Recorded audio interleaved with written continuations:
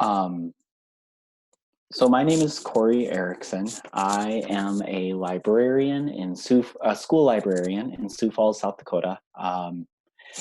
I've worked in school libraries or at my school library for the last 5 years. Originally, I have a background in English. I have a master's in library science, one in curriculum, and then one in school administration also. But libraries are my passion, and I uh, thought today I would share a little bit on adapting to change. So it was a while back when I was asked to do this little webinar on dealing with change, and I know many of our worlds have kind of been turned upside down earlier this spring with COVID-19. And so my hope is whenever change happens to you, personally, professionally, going forward, that you can feel more confident going to being able to adapt to that change. So, what do you do when change happens to you? How do you react? And why do you feel that way? We've all experienced change in our lives. It could be maybe a new job, a new system we have to learn, a shift in responsibilities that we have to take over. It might be personal. You might have had a child recently, or you set a goal to get in shape and decided to go exercise every day, or maybe going on an adventure or moving for a new job. But I believe that we all can think of one instance of change in our lives that has had a great impact on us. So today, what I'm going to do is talk about the few different types of change. We're going to talk about some of those external versus internal factors. How do we feel when it happens? And what do we do when it happens? My goal is that we'll have a little bit of a better understanding of ourselves as we move forward to better adapt when change occurs. So the first type of change I want to talk about is personal change.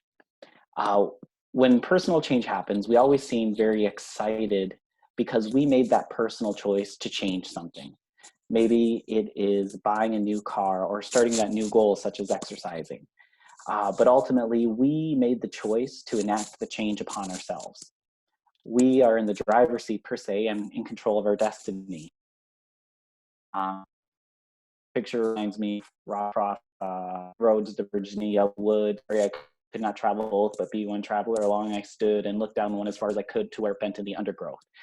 And yeah, we are in control of our destiny. And then most of the time when change happens, we feel really great. I recently started a mini book club with a buddy from college. We're reading the Brothers Karamazov. It's a thick book. So we read a little bit and we meet up every week to discuss the book and to catch up on what's been going on. I've also tried to exercise a little bit more.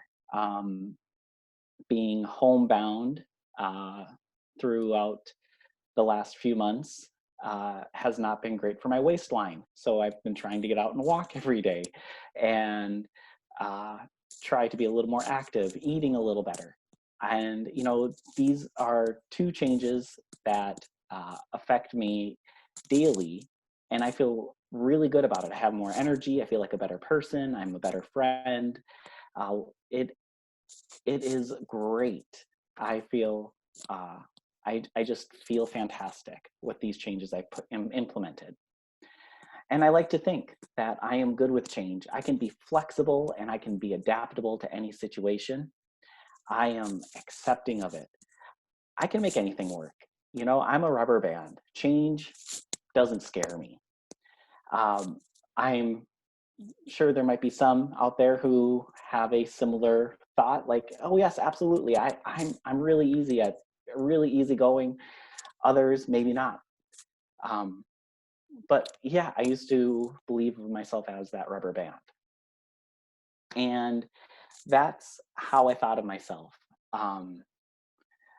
until something happens that really messes with my norm. You know, Facebook is updating itself to a new interface. Yet again, the grocery store went and they reorganized their dry goods section. Road construction causes my delay to where I need to go. And so I need to take an alternative route that I'm not as familiar with, or I just have to wait in traffic. It's annoying, but we adapt. But professionally speaking, when you come into work and we'll say you see an email stating there's big changes coming down the pipeline, that, you know, there's big changes are coming, and, you know, it's that knee-jerk reaction to avoid change. We don't want it to happen. Well, at least I don't. But how do you feel? Out of the 16 emojis up here, the only one I couldn't see one feeling is happy. Well, that is unless it's the boss you hate is leaving. And anyone is better than that person. But my response is it might be better to know, you know, to have the devil you know than the devil you don't. You know, it all depends. But are you sad because something is coming to an end? Are you surprised, shocked, disappointed, angry, confused? Because the way that you've been doing things has always worked. Why rock the boat? Are you worried, nervous, scared? What will the change be? What will it look like? Or you might be like this guy down here. You might be amused because you've heard this before. Yep, change is coming, it's gonna happen, but nothing really changes.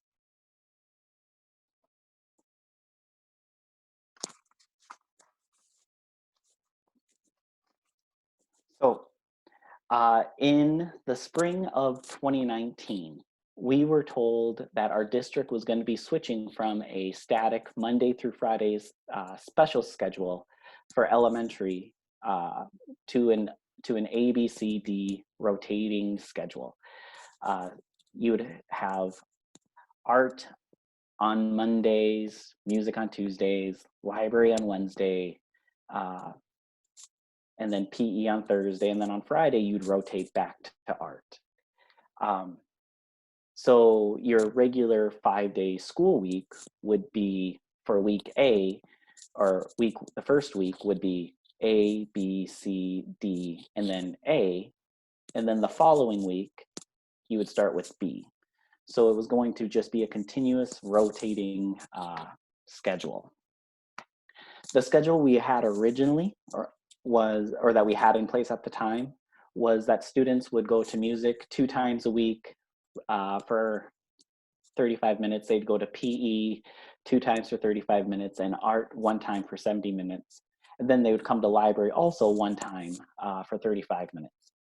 So depending on how the schedule was, a student's special schedule could really happen at different times throughout the week. So it was a really big shakeup. In the past, this is kind of how my schedule had looked. So I would see 1 class once a week. And then I had time built in to do those library duties as the school librarian. I had time to collaborate and meet with teachers each day so that I could see what they're doing in the classroom and try to enrich what's going on in the library. Time for collection development to try to figure out what should I be ordering, some of that research and reading, cataloging and processing, which takes up a bit of time. Weeding, always an ongoing task. Advocacy also is always important, to trying to figure out ways to reach out to different community groups and our PTO and others to really show what the library does and its impact on students. And then, you know, there's time in there for prep because I have to create lessons for my students each week. So this was how my schedule was. And this was how it would look possibly if the new rotating schedule would get adopted. So Monday A, Tuesday B, Wednesday C, Thursday D, and then Friday would go back to A. So I have a 19-minute break in there, and then 1 hour between noon and 1 to do lunch, and also try to get all those other tasks done. So how would I get this all done?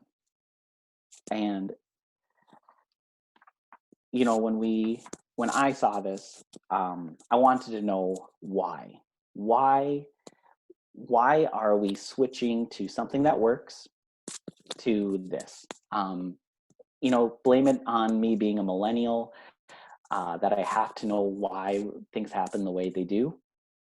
But why would we move from the schedule that worked to this whole new thing? So these were what we were told, and that was the benefits for students. So the equity for students, it starts with that. Schedule or specials are not scheduled on a day when school is not in session. So if I go back to this slide, I had 4 classes on Friday, and I had 7 on Monday. So there was a possibility that students would not be able to have library for 2 weeks if we didn't have school on a Friday. There was a possibility of me being able to reschedule and fit them in during my non-teaching times with other classes. But when we look at art, music, and PE, if you had art on a Friday or a Monday, that was a 70-minute block that you just lost. So it really was trying to make it equitable so that if you're just rotating, you're not missing those days. Uninterrupted core instruction. Having this parallel schedule allows for students to have that same special throughout the time. There's not going to be on Tuesday, you have this special at this time and a special at another time.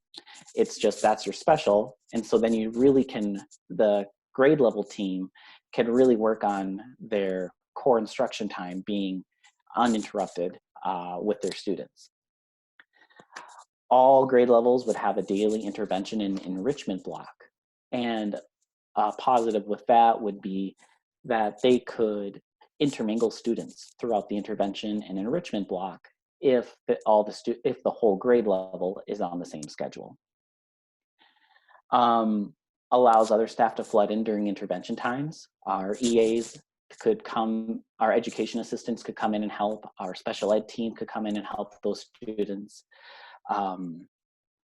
And that enrichment and intervention time is separate from core instruction so that the students who need that assistance or they need enrichment would not miss out on core instruction with this new schedule.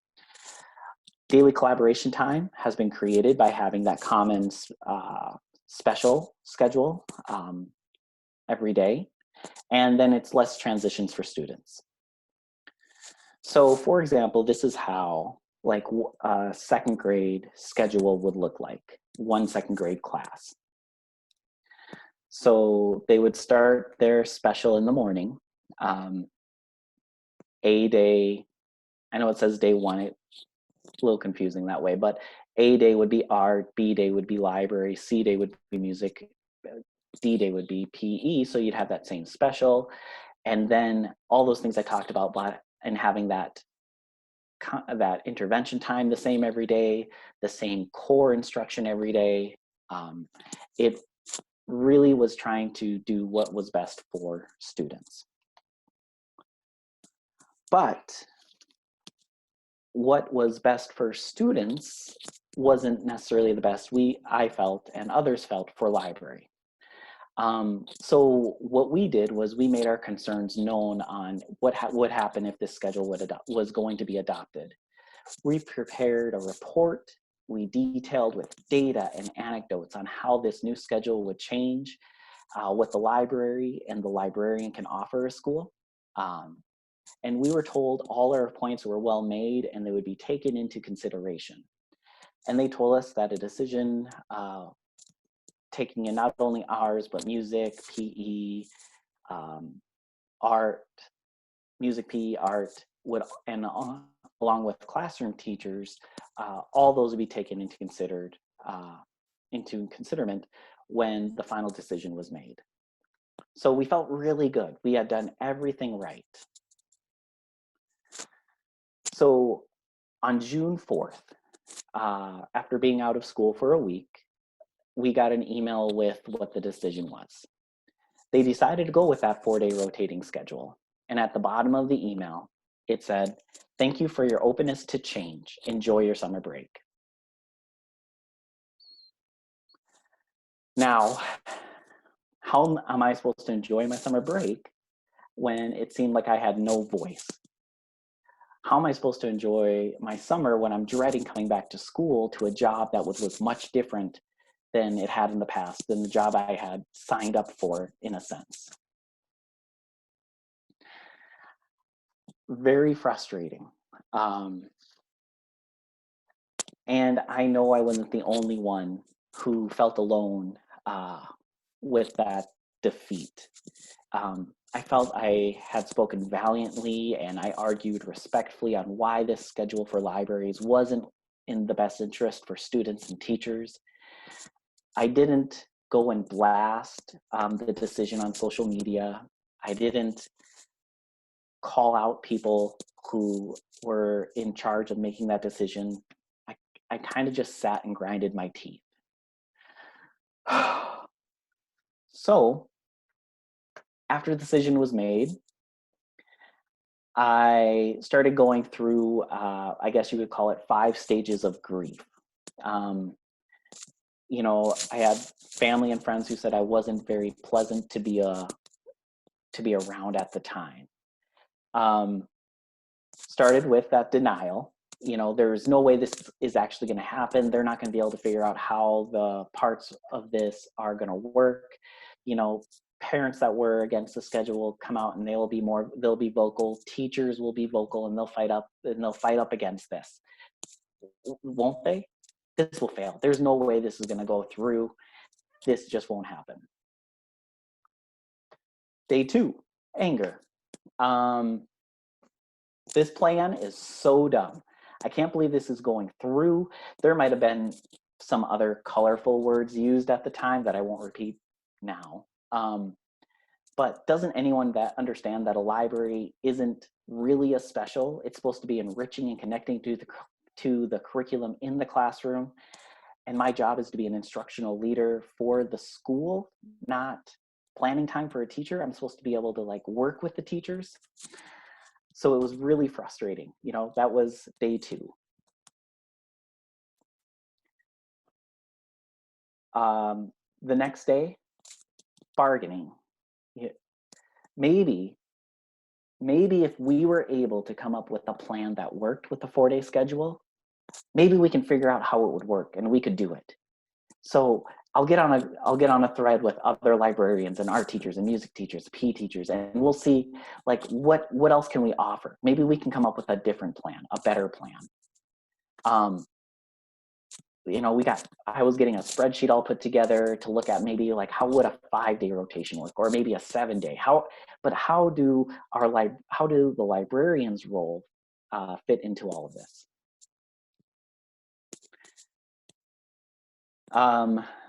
Next stage, after a few days of trying to figure out that there are much more fascinating moving parts to a schedule system than I could figure out, was depression.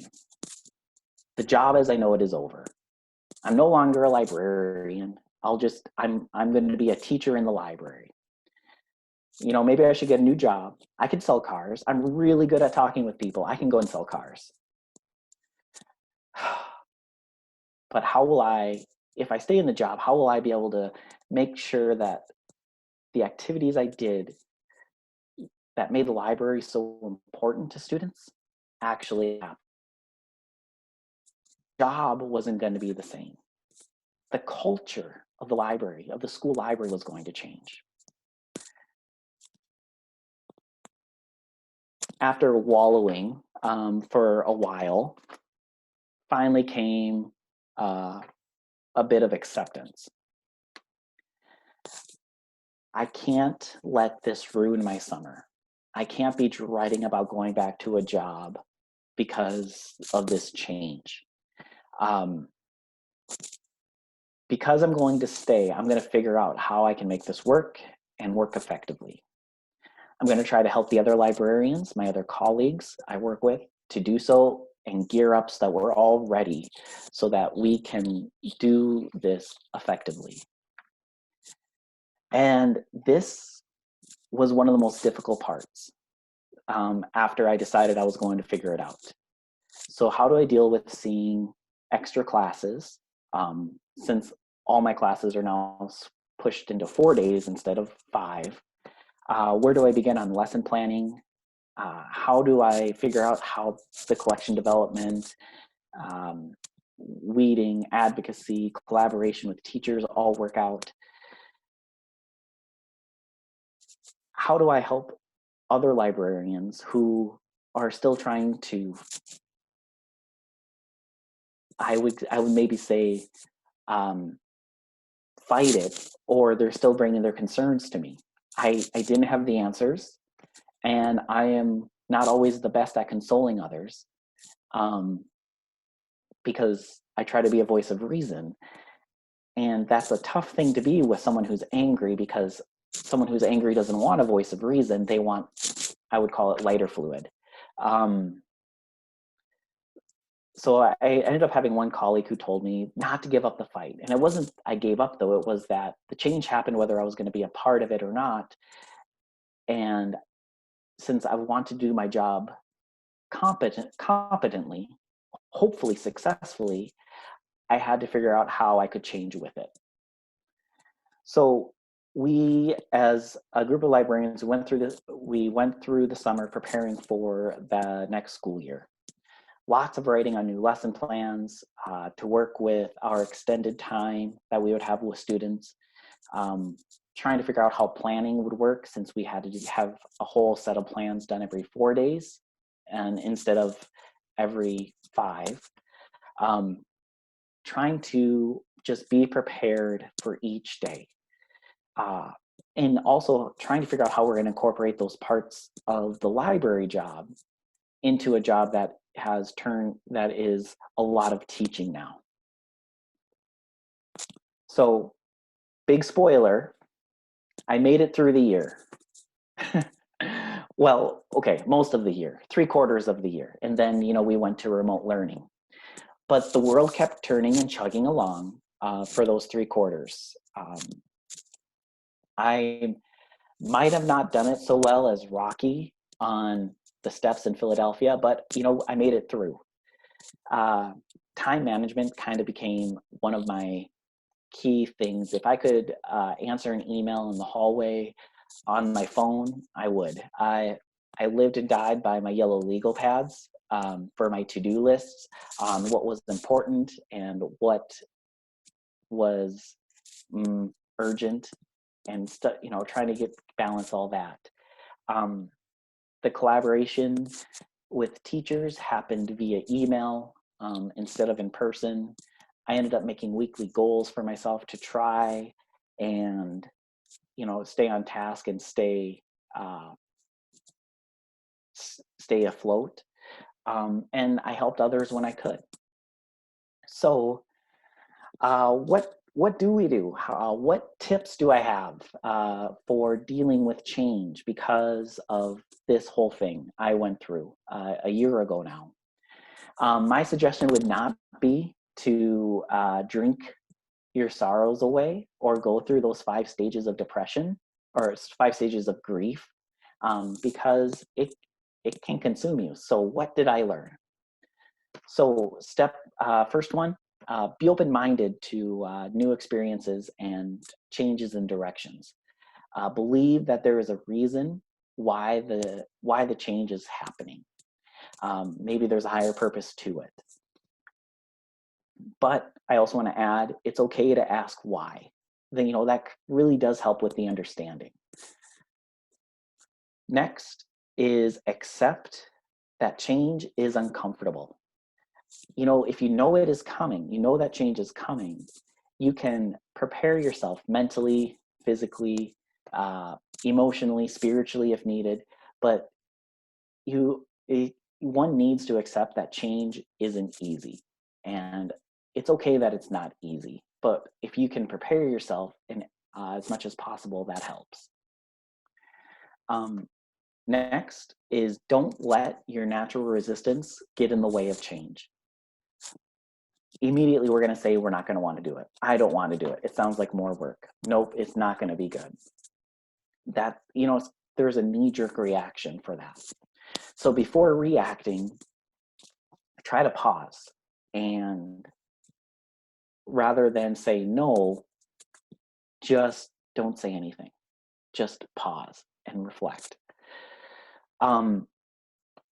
Feel the fear and do it anyway. Sometimes you just have to take the leap. You have to dive in and see what will happen, and you must go into the idea that you might not know how it all is going to turn out, and not knowing what will happen and not knowing how it all will turn out is scary. There's no doubt about it. But sometimes the best way to go through change is to dive right in. The last piece I'd like to share is lead the way. When there's big change that affects colleagues and coworkers, a defining moment is who's going to step up and help pioneer a solution. As librarians, we are natural leaders, whether we think of ourselves as one or not, we are. We need to find a course that helps lead a solution to bring others along. You know, I believe that change will never be easy. I understand that. I'm not saying I'm never uncomfortable. I'm not saying I don't want to change. I don't always. I like order. I like consistency. When change comes, I get frustrated, no doubt. It isn't easy to adjust. But what's even more scarier than change is becoming irrelevant. That's more scary.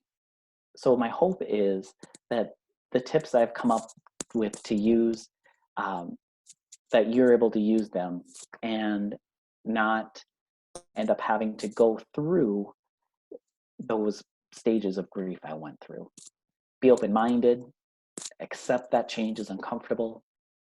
Don't let your natural resistance get in the way. Feel the fear and do it anyways, and then lead the way. This is the end of my presentation. This is my email if you ever need to contact me or have questions or comments. I'll bring it up for another moment. It's just my first name dot my last name at k12.sd.us.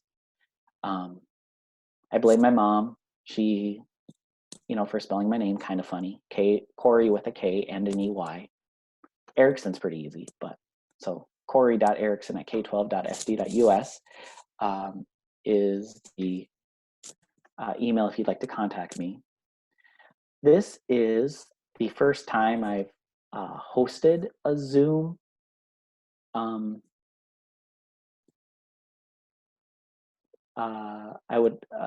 session. So I guess, here we go, I'm going to stop share. I guess, is there anyone who has any questions or comments? I am not, in my opinion, a complete expert on, or I would say the basket holder of all the information. But if you have any questions, you can use the chat or comments. I'll just kind of wait, but that is all I have. But like I said, I'll be here and wait, and I'll answer any questions anyone might have, or yeah.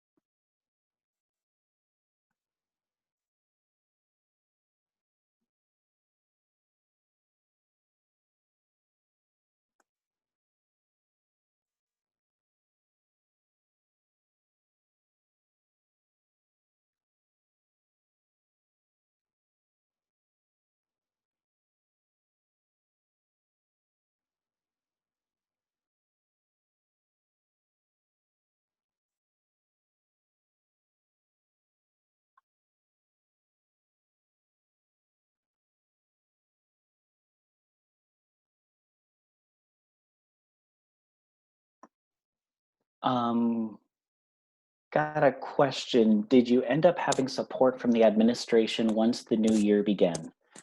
What did they facilitate people being on? What did they do to facilitate people being on board with the new schedule? Good question.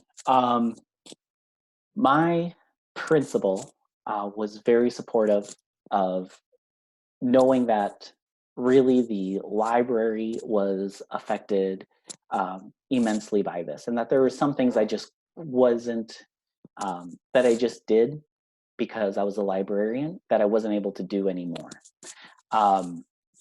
And she wanted to know what she could do to help. And I would say that I really appreciated my principal's leadership in that, because she was looking for ways to help facilitate the change with me. She also did that with the PE teacher, the music teacher, and the art teacher as well. So I would say that was just great on the principal's part, because if we ever had moments when we were frustrated, we would, and we just needed to vent about maybe how the new schedule worked, or we had to vent about something, or we had concerns, we could go and talk to her, and we could say, hey, can I enter Vegas? Because what happens in Vegas stays in Vegas.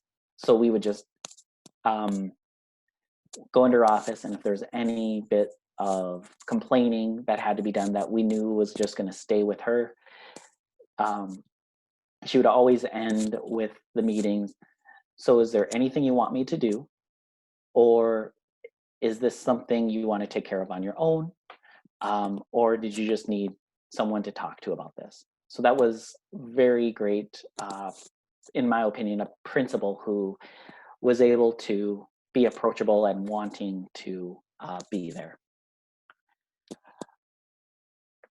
Did you find that the things you were worried about at first were able to be resolved? And then the second question is, when did you plan and collaborate? So the things I was worried about, wondering about when I would have time. And I think, I don't want to say I was sloppy with my time before, because that makes me seem unprofessional, right? But with this new year and new schedule, I found that I really, really had to use those minutes in between classes very wisely. When I got to work at 7:30, it was one of those, what can I get done in the next 40 minutes? So I was trying to be very, very diligent with my time I had to use. And so, those projects with weeding, collection development, I always kind of left through our vendor that we used for collection development, trying to order books. I always kind of left it up on my screen. And so if I noticed that, oh, this sounds like a great book, I would go through, check out the quick review, and just add it. Collaboration. So collaboration, like I said, it kind of just happened via email. I would just email the teachers and ask them what standards they might be covering in their classes the next few weeks. And I would really just try to pull a standard or two or an idea and shoot them back with what I planned to do to try to make sure we weren't conflicting. Planning. So a lot of our planning kind of happened over in the summer, right? Where we really were trying to figure out like what we would do. And there's times that it came home with me. I wouldn't be the first teacher to ever have to bring work home with me and work on planning or grading or anything. So it was just kind of, it's the job I kind of signed up for. So sometimes it would come home with me for planning and trying to get ready. Other questions? Great questions.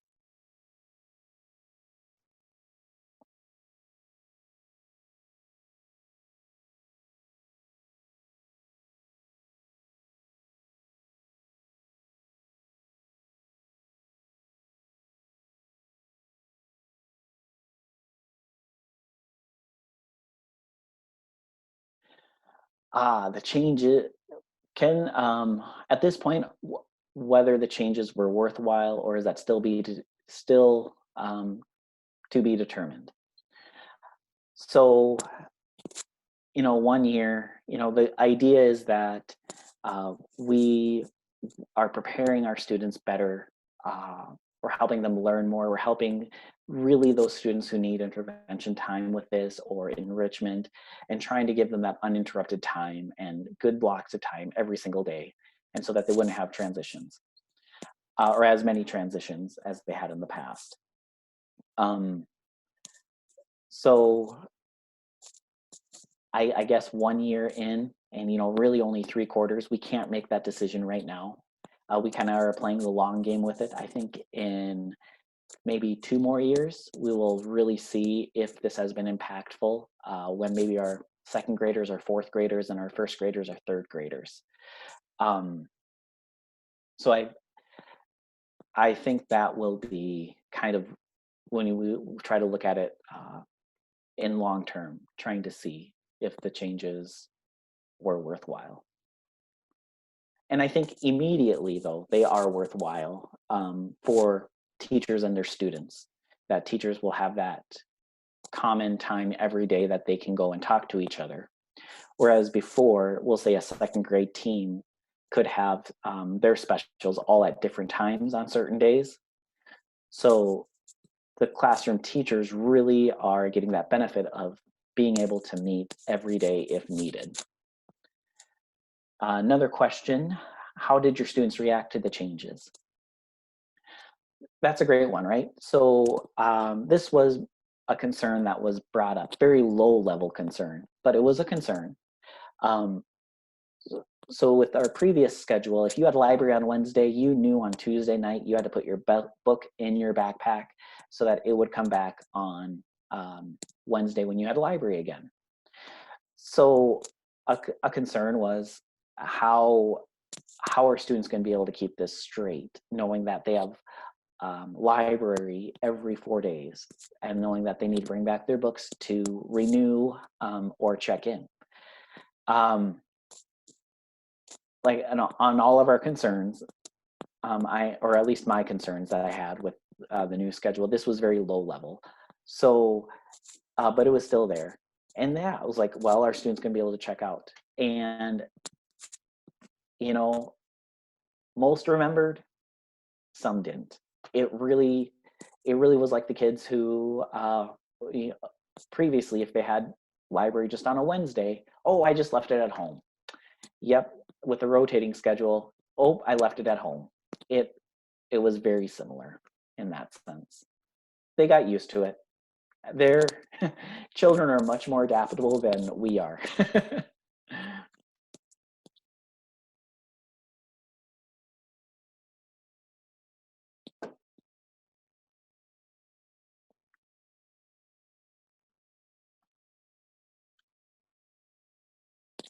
My biggest loss with the new schedule. Um, so what I'm probably lost, that was kind of, and I would say our librarian group in Sioux Falls would probably agree, it was the idea that our library was always open. Um, so that even if I had a class, students could come in, um, and just browse. They could get a book. Um, I could step away when they're checking out to go and talk with them and really work on that reader's advisory. And with our schedule and how tight it was and the rotating of books so often, well, you're coming in 4 days, I think we can just wait. And so I think although we still try to keep it open, we had less individual students visit the library because they were coming as a class so often.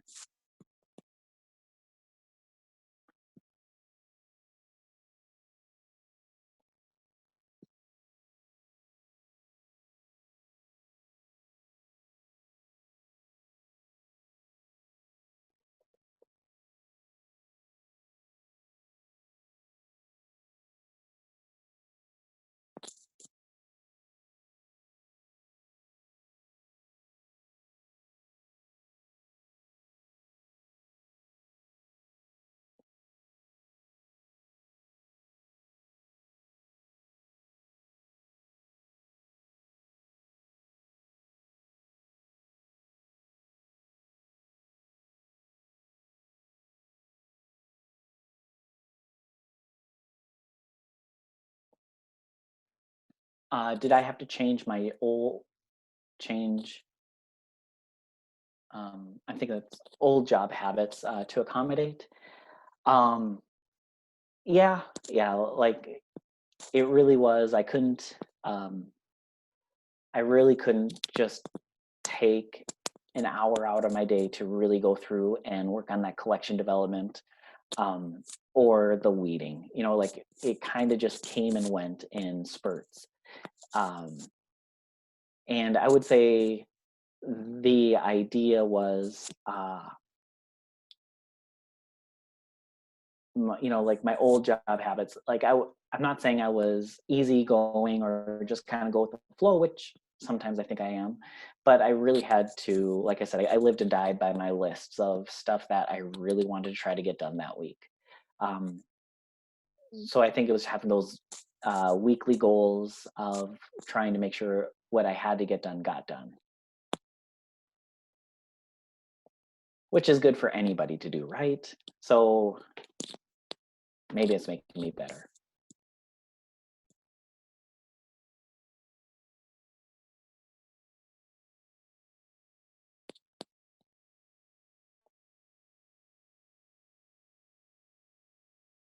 Ah.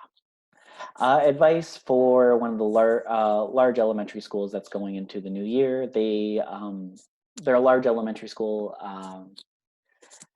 that they they have to switch. They have two librarians, so they have to switch librarians, because of the class size, trying to fit all the classes in that 4-day schedule.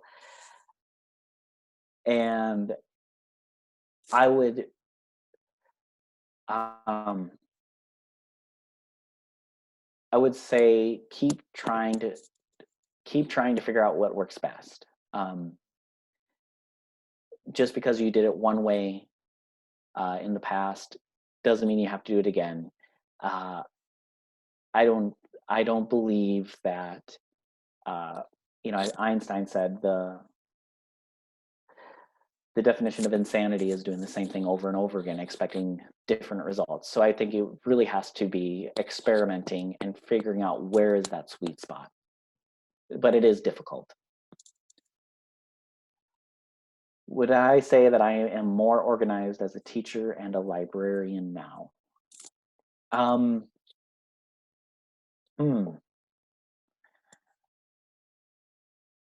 I would have to say that I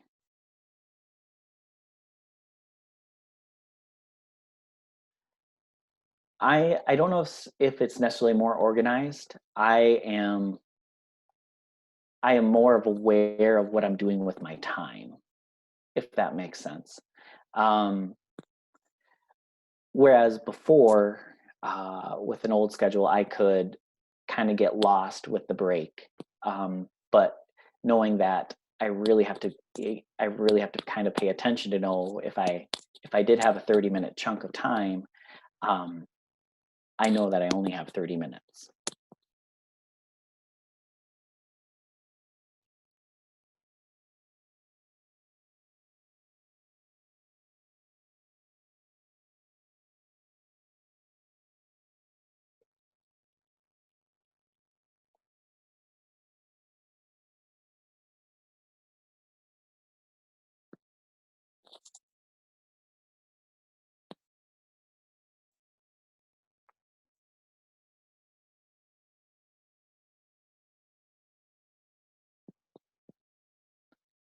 Other questions?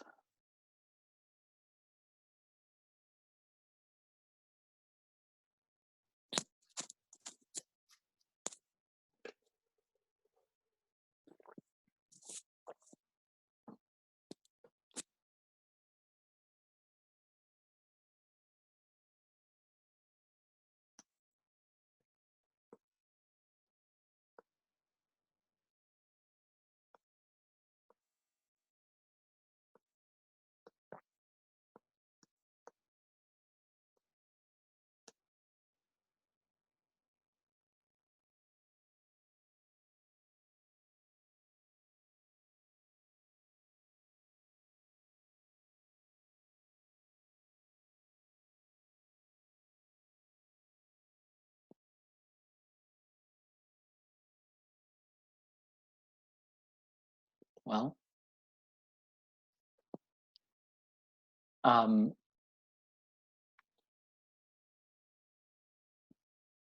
if there isn't anything else, like I said, I'll put my email in the chat, so that when this goes out, um, if someone has any questions or would like a little advice, it's going to be there.